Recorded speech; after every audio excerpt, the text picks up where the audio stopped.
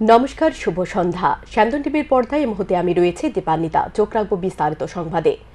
দুর্ঘটনাকে ঘিরে উত্তেজনা সৃষ্টি হলো বাইকখোড়া থানার সামনে। সাবরুম আগরতলা জাতীয় সড়কে মালবাহী গাড়ি ও স্কুটির মধ্যে সংঘর্ষে আহত স্কুটি চালককে উদ্ধার করতে গিয়ে আক্রান্ত বাইকখোড়া জগন্নাথ জিউ মন্দিরের প্রভু করুণেশ্বর মাধব দাস।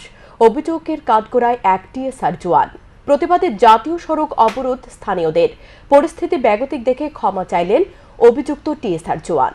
বাইখোড়া থানা সংলগ্ন সাবরুম আগরতলা জাতীয় সড়কে যান দুর্ঘটনাকে কেন্দ্র করে মঙ্গলবার সকালে তীব্র উত্তেজনা ছড়ায়। ঘটনার বিবরণে জানা যায়, এদিন বাইখোড়া থানা সংলগ্ন সাবরুম আগরতলা জাতীয় সড়কে TR01R1503 নাম্বারের মালবাহী গাড়ির সাথে TR08F7471 নাম্বারের স্কুটির মধ্যে সংঘর্ষ ঘটে। এতে স্কুটি চালক রাস্তায় ছিটকে পড়ে আহত হয়, কিন্তু আহত ব্যক্তিকে উদ্ধার করে হাসপাতালে নিয়ে যাওয়ার জন্য কেউই এগিয়ে আসছিল না। এমনকি ঘটনাস্থলে নাকা পয়েন্টে কর্মরত টিএসআর জওয়ানরাও আহত ব্যক্তিকে কোনো সহায়তা করেনি বলে অভিযোগ। পাল্টা ইস্কন পরিচালিত বাইখোড়া জগন্নাথ জিউ মন্দিরের প্রভু করুণেশ্বর মাধব দাস ঘটনাস্থলে ছুটে গিয়ে আহত ব্যক্তিকে উদ্ধার করে হাসপাতালে পাঠানোর উদ্যোগ গ্রহণ করলে ওনার উপর অমল দত্ত নামে এক টিএসআর জওয়ান আক্রমণ করে বলে অভিযোগ। এতে স্থানীয় লোকজন উত্তেজিত হয়ে পড়ে।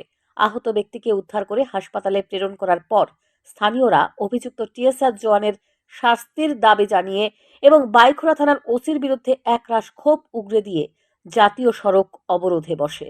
স্থানীয়দের দাবি, থানার সামনে জাতীয় সড়কে নাকা পয়েন্ট বসানোর ফলে সেখানে প্রতিনিয়ত যান দুর্ঘটনা ঘটে, কারণ এই স্থানটি 4টি রাস্তার সঙ্গমস্থল। স্থানীয়রা আরও জানান, বাইখোড়া থানার ওসি সোমবার বাড়ি থেকে থানায় যান। শুক্রবার পর্যন্ত তিনি 10 থেকে 20 হাজার টাকা কামাই করে সেই টাকা নিয়ে শুক্রবার পুনরায় বাড়িতে চলে যান। মীমাংসা করেন, মীমাংসা গত কিছুদিন আগে একটা ঘটনা হয়েছে, এফআইআর রাখছে না। এখানে একটা বাস ভাঙা হয়েছিল, ফাইন কাটা হয়েছে 10,000 টাকা।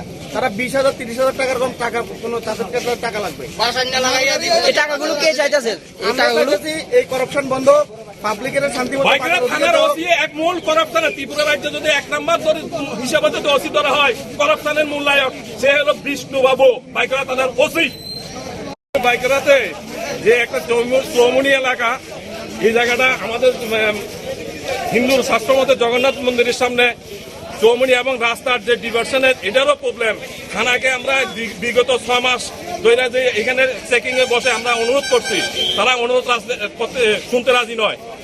এইখানে থানার কাজ হলো, ওসি সাহেবের কাজ হলো মূল সোমবারে বাড়ির থেকে আসবে, শুক্রবার পর্যন্ত যা 10,000 15,000 20,000 50,000 কালেকশন হবে, ওই কালেকশনের টাকাগুলা তানে শুক্রবারে বাড়িতে বোর কাছে দিয়ে আসবে, তারপরে সোমবারে আসবে। তানের ডিউটি হলো এটা। এই হলে প্রশাসন বাইকরা পিয়েছে। এই অবস্থা একটা বাইক যাই কিছু বলুন, এখানে অ্যাক্সিডেন্টের ক্ষেত্রে অহরহ দেয়। এখন সামনে একটা অ্যাক্সিডেন্ট দেখুন আপনারা, বাইক সহ এখানে পড়ে আছে। জাতীয় সড়ক অবরোধের খবর পেয়ে ঘটনাস্থলে ছুটে যায় বাইখোড়া থানার পুলিশ ঘটনাস্থলে যাওয়ার পর স্থানীয়রা আরও উত্তেজিত হয়ে পড়েন। পরিস্থিতি বেগতিক দেখে জগন্নাথ জিউ মন্দিরের প্রভু করুণেশ্বর মাধব দাস ঘটনাস্থলে গিয়ে ক্ষুব্ধ স্থানীয় লোকজনদের শান্ত করেন।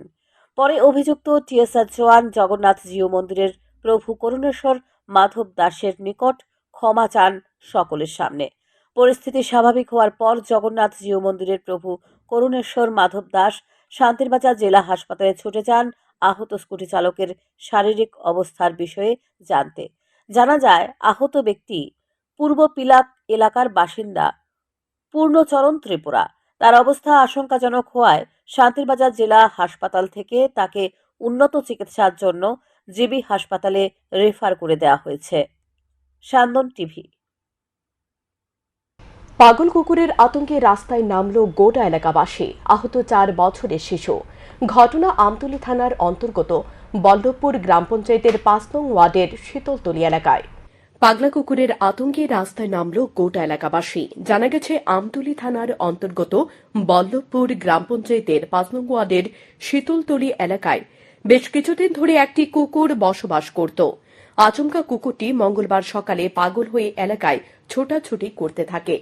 এর মধ্যে এলাকার 4 বছরের একটি শিশুকে মাটিতে ফেলে আক্রমণ করে। শিশুটি গুরুতরভাবে আহত হলে শিশুটির পরিবারের লোকজন লাঠি দিয়ে এগিয়ে আসলে পাগল কুকুরটি পালিয়ে যায়। পরে শিশুটির পরিবারের লোকজন শিশুটিকে তড়িঘড়ি হাসপাতালে নিয়ে যায়।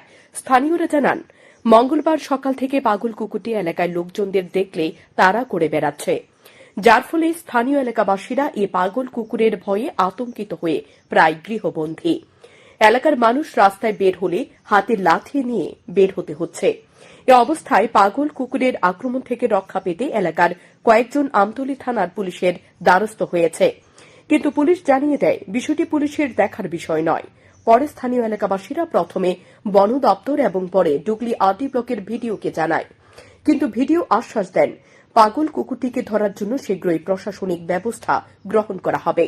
কিন্তু বিকেল হয়ে গেলেও প্রশাসনের তরফে কোনো ধরনের ব্যবস্থা গ্রহণ করা হয়নি। একটা কুত্তা থাকতো, এটা হঠাৎ করে আজকাল সকালে পাগলের মতো হয়ে আছে, সেটা আপনার একটা বাচ্চারে কামড়াইছে ফালাইছে, এটা ওখানে পাগলের মতো ঘুরতেছে পাড়ার মধ্যে। পাড়ার ফুলা ফান সবাই বয়স্করা মিললে ওখানে লাডি লুডি লইয়া চলন লাগতেছে, কারণ কুত্তাটা কোন সময় কারে কি করে, এটা তো পাগল হয়ে গেছে।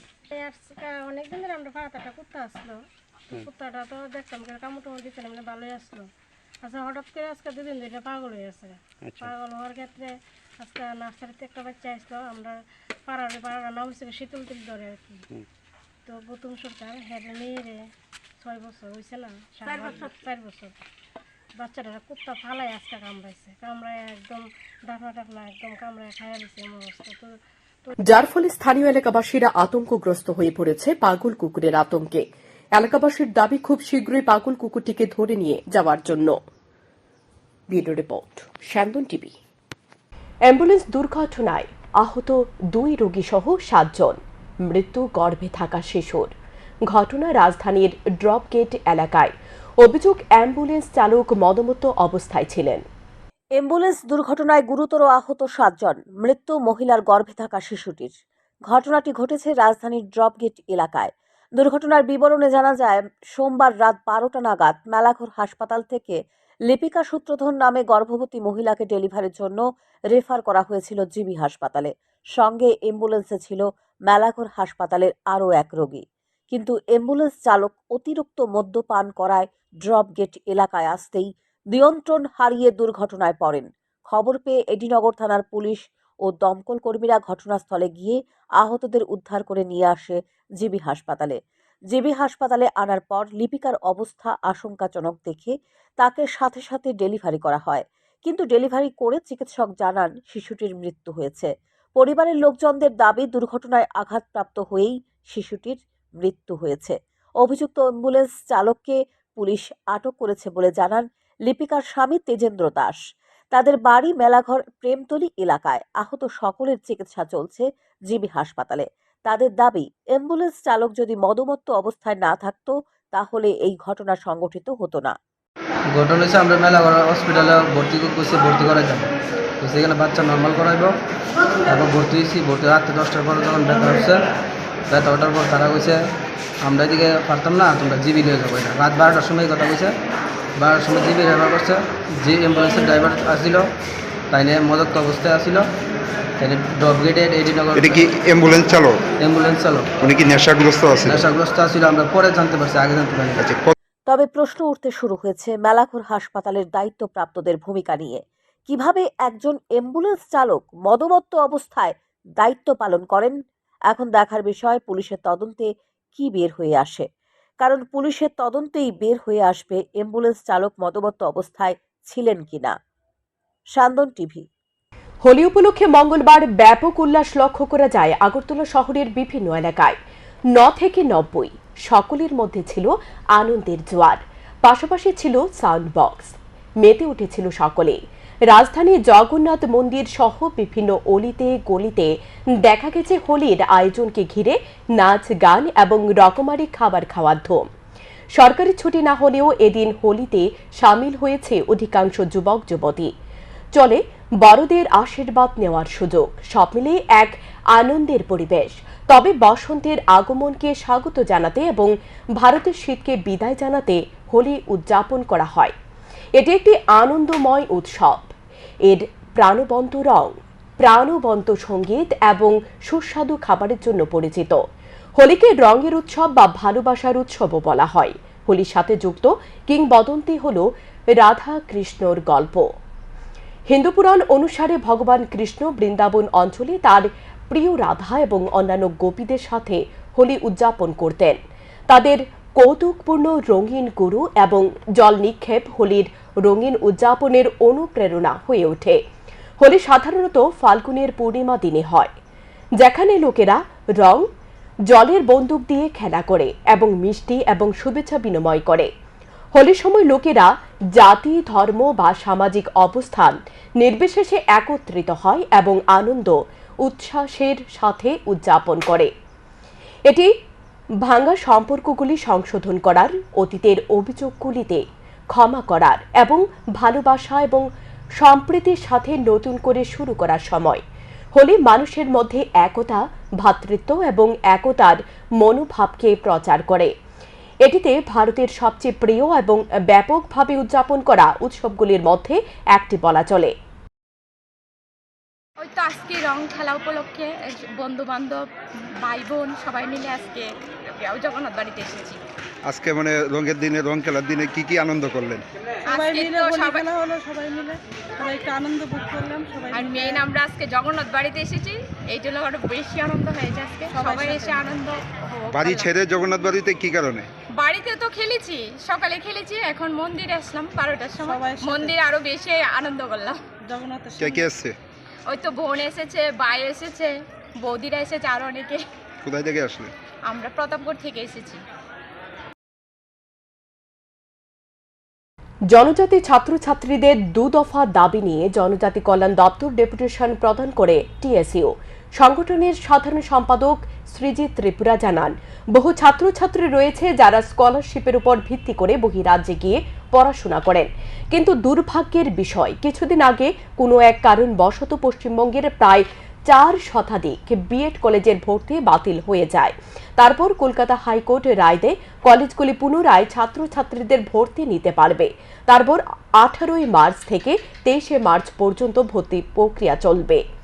কিন্তু ত্রিপুরার ক্ষেত্রে 29 ফেব্রুয়ারি ছিল স্কলারশিপের শেষ দিনক্ষণ, যার ফলে ত্রিপুরার বহু ছাত্রছাত্রী পশ্চিমবঙ্গের সেই কলেজগুলিতে ফর্ম পূরণ করতে পারেনি। এতে সমস্যায় পড়েছে ছাত্রছাত্রীরা, কারণ স্কলারশিপের উপর ভিত্তি করে রাজ্যের বহু জনজাতির ছাত্রছাত্রী পড়াশোনা করে। তাই মঙ্গলবার জনজাতি কল্যাণ দপ্তরে গিয়ে দাবি করা হয় 2-3 দিনের জন্য সময় ধার্য করে দেওয়ার জন্য, তাহলে তারা স্কলারশিপের পাওনা পূরণ করতে পারবে। এর জন্য দাবি টিএসইউ সহ ছাত্রছাত্রীর। ডেপুটেশনের পর এ বিষয়ে জানান টিএসইউ রাজ্য সাধারণ সম্পাদক সুজিত ত্রিপুরা। তিনি বলেন, জনজাতি কল্যাণ দপ্তর সহ অধিদপ্তরের কাছে ডেপুটেশন দেওয়ার পর তিনি আশ্বস্ত করেছেন অবশ্যই এ বিষয়টি গুরুত্ব দিয়ে দেখা হবে।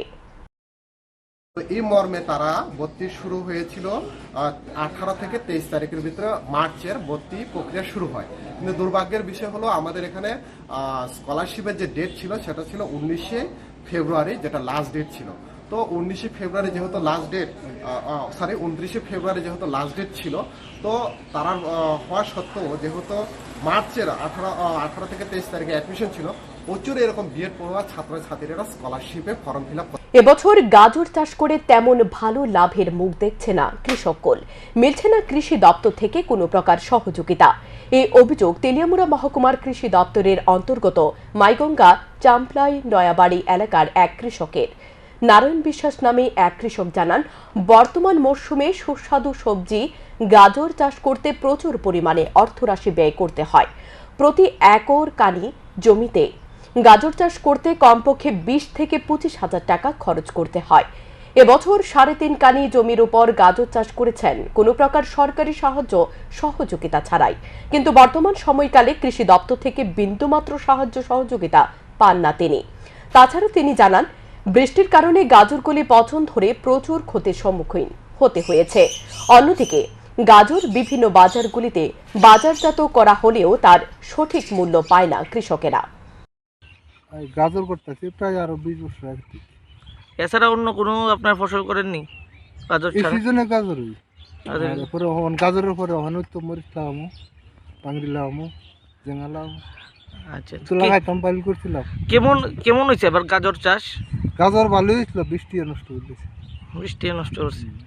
কিরকম আছে বাজারে, চাহিদা আছে নি গাজরের? ওই তো অতদিন আসলো 20 টাকা 22 টাকা, এখন বোধ একটু বাড়ছে। এখনকার মতো সংবাদ এ পর্যন্তই। চোখ রাখুন স্যান্দন টিভির পর্দায়।